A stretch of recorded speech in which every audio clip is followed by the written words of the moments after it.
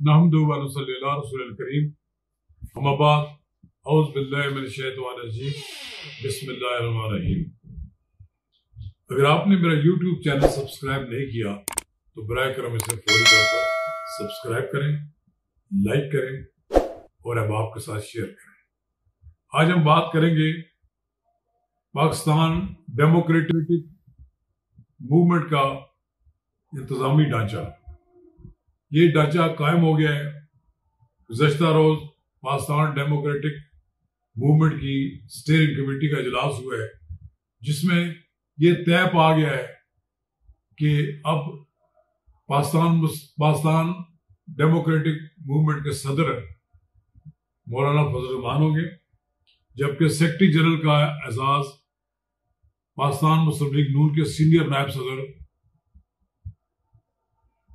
شاہد حقان عباسی کو دیا گیا، جبکہ سیکرٹری اطلاعات میاں افتخار ہوں گے، جبکہ سینئر نائب صدر راجہ پرویز اشرف کو بنایا گیا۔ اسی طرح کم و بیش تمام جماعتوں کو نائب صدور اور ڈپٹی سیکرٹری جنرل کے مناصب دے دیے گئے۔ شاہد حقان عباسی نے بڑی اہم بات کہی ہے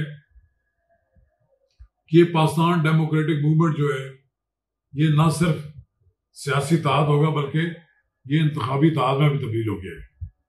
یعنی اس کا مطلب یہ ہے کہ اب اگلا الیکشن جو ہوگا وہ پاکستان ڈیموکریٹک موومنٹ کے پلیٹ فارم سے ہوگا۔ یہ ایک ایسا اتحاد ہے جو پاکستان کی اکثریتی جماعتوں کا اتحاد ہوگا۔ مجھے ایسا لگتا ہے کہ آنے والے دنوں میں پاکستان ڈیموکریٹک موومنٹ کی جو تحریک ہے وہ اتنا زور پکڑ لے گی کہ واضح کیجیے تو تحریک ہے 1977 کی تحریک ہے اور 1968 کی جو تحریک ہے ایوب خان کے خلاف، یہ اس سے بھی زیادہ کوئی زوردار تحریک بن جائے گی اور اسے موجودہ حکمرانوں کے لیے روکنا مشکل ہو جائے گا، کیونکہ پاکستان مسلم لیگ نون نے ایک ایسے شخص کو پاکستان ڈیموکریٹک موومنٹ کا صدر بنایا ہے جو انتہائی ہارڈ لائنر ہے، جو کسی کی بات پہ کمپرومائز کرنے والا نہیں ہے۔ مولانا فضل الرحمان ایک سخت جان لیڈر ہیں اور ان کے پاس پاکستان میں سب سے بڑی مدارس کی اسٹریٹ پاور ہے۔ وہ ان کے خیال پر لاکھوں لوگ سڑکوں پر نکلیں گے، وہ نکلیں گے جو جان دینے والے ہوں گے، جو جان سے ڈریں گے نہیں، جو گھبرانے والے نہیں ہوں گے، جو بھاگ جانے والے نہیں ہوں گے۔ اس لیے ان لوگوں کا مقابلہ کرنا حکمرانوں کے لیے بڑا مشکل ہوگا۔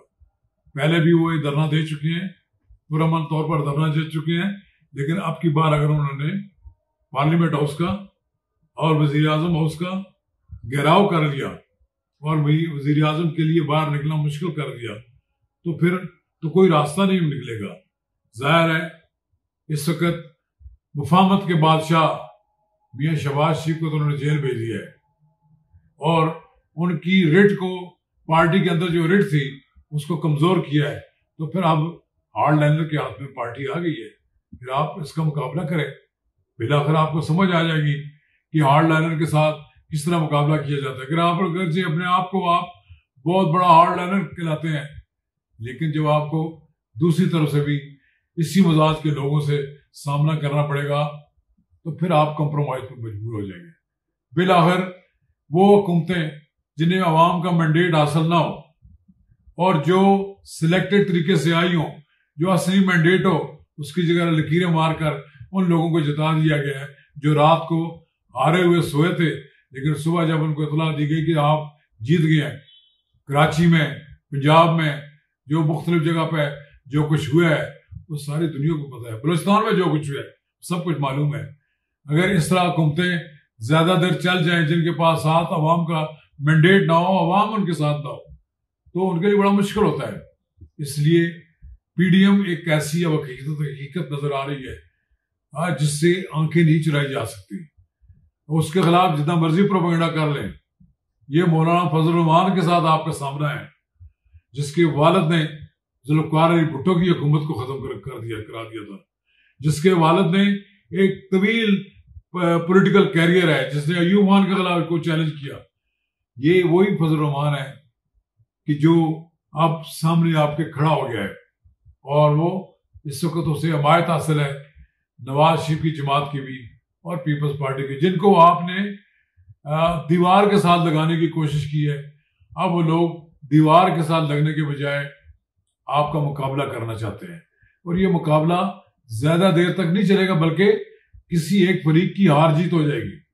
اور یہ نظر آتا ہے مجھے کہ آنے والے دنوں میں دن بدن پی ڈی ایم جو ہے وہ پاورفل بنے گی، اور اس کا راستہ روکنا مشکل ہو جائے گا، کیونکہ ایک طرف ساری ملک کی سیاسی کریم جو ہے کٹھی ہو گئی ہے، دوسری طرف مختلف پارٹیوں سے کٹے ہوئے لوٹے وہاں پر کٹے ہوئے ہیں۔ جو اصل اوریجنل پاور ہے تحریک انصاف کی، وہ بہت چند لوگوں پر ہے جو پچھلے 20-22 سال سے عمران خان کے ساتھ کھڑے رہے۔ عمران خان کی کابینہ میں اور عمران خان کے ساتھ اہم عہدوں پہ بیشتر وہ لوگ ہیں جو کہیں سے لائے گئے ہیں، یا ان کو ہنگ کر اکٹھا کیا گیا ہے، یا کسی دباؤ کے تحت اکٹھے ہوئے ہیں، ان کو وزارتیں عطا کی گئی ہیں، ان کو مختلف جگہ پر بٹھا دیا گیا ہے۔ لیکن جینون اب تحریک انصاف کا رکن بھی موجودہ حکومت سے نالا ہے اور مایوس ہے، اس کی کارکردگی سے مایوس ہے۔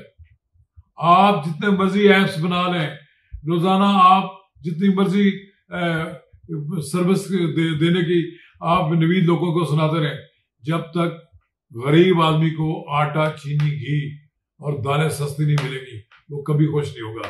بجلی مہنگی کر لیں، اور اس کا الزام آپ لگائیں نواز شریف پر، کیونکہ نواز شریف نے تو اس ملک کو بجلی دی نا، آپ نے سستی بجلی لوگوں کو دینے میں ہاتھ کھڑے کر دیے ہیں۔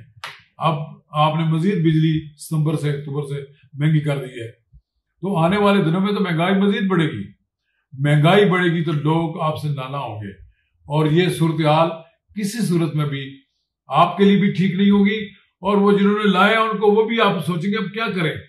دیکھیں، اس ملک کی اسٹیبلشمنٹ کو یہ بھی سوچنا ہے کہ یہ ملک بھی چلانا ہے، اس ملک کے فوج کے لیے، اس ملک کی قومی سلامتی کے لیے، اس ملک کے اداروں کے لیے بھی وسائل کی ضرورت ہے۔ آپ تو وہ بھی اکٹھے نہیں کر سکتے۔ آپ نے تو ہینڈز اپ کر دیا ہے کہ آپ نے دیکھا گیا آپ کے ایف بی آر آپ کے ٹارگٹس پورے نہیں کرا۔ اس کی بنیادی وجہ یہ ہے کہ آپ نے ملک میں معاشی ماحول بھی خراب کر دیا ہے، اب سیاسی ماحول بھی خراب ہو گیا ہے، اور بالآخر یہ سیاسی ماحول کی خرابی معیشت کو مزید تباہ کرے گی۔ کب تک وہ قوتیں جو آپ کو لے کر آئی ہیں آپ کو برداشت کرتی رہے گی اور آپ پہ ناز نخرے سہتی رہے گی؟ لگتا یہی ہے کہ اب آنے والے دنوں میں کوئی بڑا فیصلہ کرنا پڑے گا۔ شکریہ۔